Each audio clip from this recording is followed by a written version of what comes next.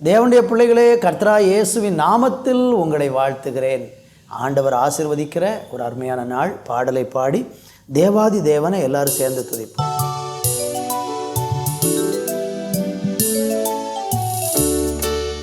பகல் நேர பாடல் நீரே,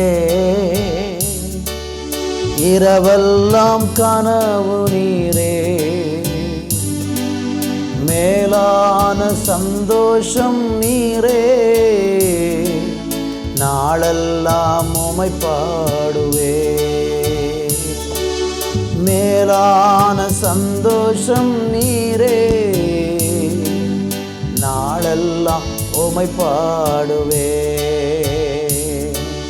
மகிழ்ச்சியின் மகுடம் நீர்தானையா, மணவாளரே உம்மை மறவே.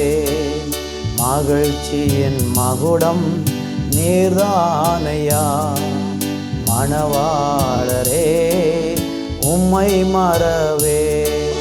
பகல் நேர பாடல் நீரே, இரவெல்லாம் கனவு நீரே, மேலான சந்தோஷம் நீரே, நாளெல்லாம் உம்மை பாடுவே. கவலைகள் பெருகி கலங்கும் போது மகிழ்வித்தீரும் அன்பினார். கவலைகள் பெருகி கலங்கும் போது மகிழ்வித்தீரும் அன்பினார். கால்கள் சறுக்கி தடுமாறும் போது, கால்கள் சறுக்கி தடுமாறும் போது தாங்கி நிற்கிறோபையினா, தாங்கி நிற்கிறோபையினா.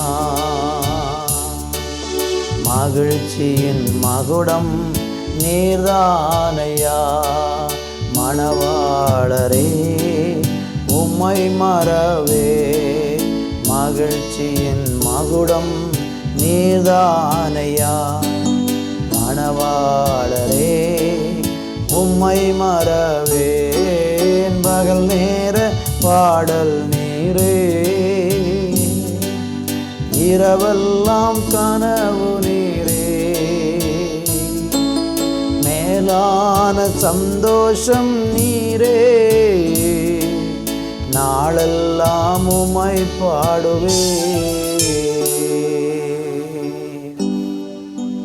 இரவும் பகலும் ஒவ்வொரு நாளும் எங்களை சுற்றி சூழ இருந்து எங்களை பாதுகாக்கிற எங்கள் ஜீவனுள்ள தேவனை ஆண்டவரே, இந்த நாளில் நாங்கள் துதிக்கிறோம், ஸ்தோத்தரிக்கிறோம். தொடர்ந்து எங்களை எல்லாரையும் உங்களுடைய ஆளுகைக்குள்ளே அர்ப்பணித்து ஜெபிக்கிறோம். இயேசுவின் நாமத்தில் ஜெபிக்கிறோம் நல்ல பிதாவே, ஆமேன், ஆமேன். தேவனுடைய பிள்ளைகளே, யாத்ரா புஸ்தகம் 13ஆம் அதிகாரம் 21வது வசனத்தை வாசிக்கிறேன். அவர்கள் இரவும் பகலும் வழிநடக்க கூடும்படிக்கு கர்த்தர் பகலில் அவர்களை வழிநடத்த மேகஸ்தம்பத்தினாலும், இரவில் அவர்களுக்கு வெளிச்சம் காட்ட அக்கினி ஸ்தம்பத்தினாலும் அவர்களுக்கு முன் சென்றார். இஸ்ரவேல் ஜனங்களை ஆண்டவர் வழிநடத்தின விதங்களை இந்த வேதவசனம் நமக்கு தெளிவாக சொல்லுகிறது. ஆண்டவராகிய தேவன் இஸ்ரவேல் ஜனங்களை ஆபிரகாமுக்கு வாக்குத்தத்தம் பண்ணின கானான் என்கிற தேசத்திற்கு கொண்டு வரும்படி மோசையை கொண்டு ஆண்டவர் எகிப்திலிருந்து வழிநடத்தி வருகிறார். அப்படி வழிநடத்தி வருகிறதான வேளையில் லட்சக்கணக்கான மக்கள் மோசையோடு கூட கானானுக்கு பயணமாய் வந்து கொண்டிருக்கிறாங்க. அவங்க வரும்போது அவங்க நிறைய ராத்திரிகளையும் பகல்களையும் சந்திக்க வேண்டியிருக்கிறது. மாத்திரமல்ல, அவங்க வரக்கூடிய பயண பாதை என்பது 40 நாள் தூரம். அந்த 40 நாள் தூரம் அவங்களுக்கு இரவும் பகலும் அவங்க சஞ்சரிக்கணும், அவங்கள பயணிக்கணும். அவங்க வனாந்திரத்தில் தான் சஞ்சரிக்க வேண்டியதாக இருக்கிறது. இந்த 40 நாள் பயணம் என்பது ஒரு பெரிய வனாந்திர பயணம். ஆண்டவர் நமக்கு கொடுத்திருக்கிற வாக்குத்தத்தங்களையும் ஆசீர்வாதங்களையும் நம்ம சுதந்திரிக்கணும்னா அதுக்கு பின்னால் ஒரு வனாந்திர பாதை கட்டாயம் இருக்கத்தான் செய்யும். எளிமையாக ஈஸியாகலாம் நாம் ஆண்டவருடைய வாக்குத்தத்தங்களையும் ஆசீர்வாதங்களையும் சுதந்திரிக்க முடியாது. கொஞ்சம் நம்மளை கற்றுக் கொடுத்து அந்த வாக்குத்தத்தத்தை சுதந்திரிப்பதற்கு நம்மளை தகுதியாக்கி அந்த வாக்குத்தத்தத்தை பெற்றுக்கொண்டதுக்கு அப்புறம் நாம் அதை சரியாக ஆண்டவருடைய சமூகத்தில் பயன்படுத்தணுங்கிறதுக்காக தேவன் பாடங்களை கற்றுக் கொடுப்பதற்காகத்தான் வனாந்தரத்தை அனுமதிக்கிறார். ஆண்டவருக்கு நம்மளை கஷ்டப்படுத்தி அதை பார்த்து அவர் சந்தோஷப்படுகிற தெய்வமெல்லாம் கிடையாது. அவர் நம்ம மேலே அன்புள்ள இரக்கமுள்ள தேவனாக இருக்கிறார். ஆனால் அந்த வனாந்தர பாதையில் தேவன் நம்மளை வழி நடத்தும் போது, அந்த வனாந்தரத்தில் நம்ம போகும்போது சில நேரம் சில இக்கட்டுகள் வரும். அந்த இக்கட்டில் என்ன செய்வார்னா உதவி செய்வார். இக்கட்டில் அவர் நமக்கு உதவி செய்வார். வேதம் சொல்லுகிறது இக்கட்டில் ஆண்டவர் நமக்கு உதவி செய்வார், மனுஷனுடைய உதவி விருதா அப்படிங்கிறார். அப்போ அந்த மாதிரி வனாந்தர பாதையில் நம்ம போகும்போது ஒருவேளை இருள் வரலாம், சில நேரம் அதிகமான உஷ்ணம் வரலாம். ஆனால் அந்த நேரத்தில் கர்த்தர் அவருடைய மேகஸ்தம்பத்தினாலையும் அக்கினி ஸ்தம்பத்தினாலையும் ஜனங்களை நடத்தினது போல நம்மளையும் ஆண்டவர் நடத்துவார். இன்னும் யாத்திராகமம் 13:22 படிச்சிங்கன்னா, பகலிலே மேகஸ்தம்பமும் இரவிலே அக்கினி ஸ்தம்பமும் ஜனங்கள் இடத்திலிருந்து விலகி போகவில்லை. பார்த்தீங்களா, அந்த மேகஸ்தம்பமும் அக்கினி ஸ்தம்பமும் இஸ்ரவேல் ஜனங்களை விட்டு விலகாமல் இருந்தது என்று சொல்லப்பட்டிருக்கிறது. அன்பு தேவப்பிள்ளைகளே, இன்றைக்கும் அதே மாதிரி தான் அவருடைய ஜனமாகிய நம்மை ஆவியானவர் பரிசுத்த ஆவியின் மூலமாக, தேவன் பரிசுத்த ஆவியின் மூலமாக மேகஸ்தம்பமாக அக்கினி ஸ்தம்பமாக நம்மளை வழிநடத்திக்கிட்டு வருகிறார். நம்ம கண்களுக்கு தெரியாமலே நம்மளை சுற்றிலும் ஒரு பெரிய பாதுகாப்பு வலயம் இருக்கிறது. நீங்கள் உணர்ந்திருப்பீங்க, எத்தனையோ நேரங்களில் ஆபத்து சமயங்களில் அதை நீங்கள் பார்த்துருக்கலாம்.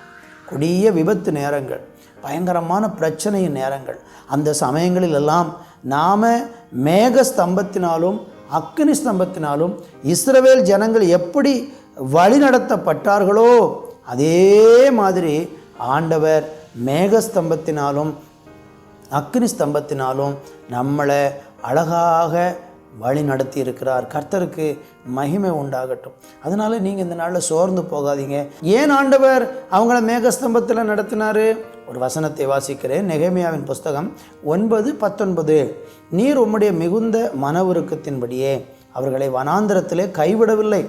அவர்களை வழிநடத்த பகலிலே மேகஸ்தம்பமும் அவர்களுக்கு வெளிச்சத்தையும் அவர்கள் நடக்க வேண்டிய வழியை காட்ட இரவிலே அக்கினி ஸ்தம்பமும் அவர்களை விட்டு விலகவில்லை.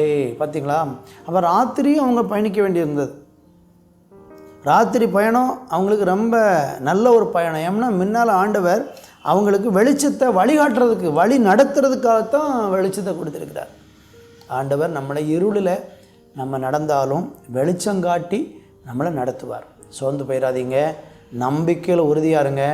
அழைச்சவர் உண்மை உள்ளவர், வனாந்திரத்தில் உங்களை விட்டுட்டு போக மாட்டார்.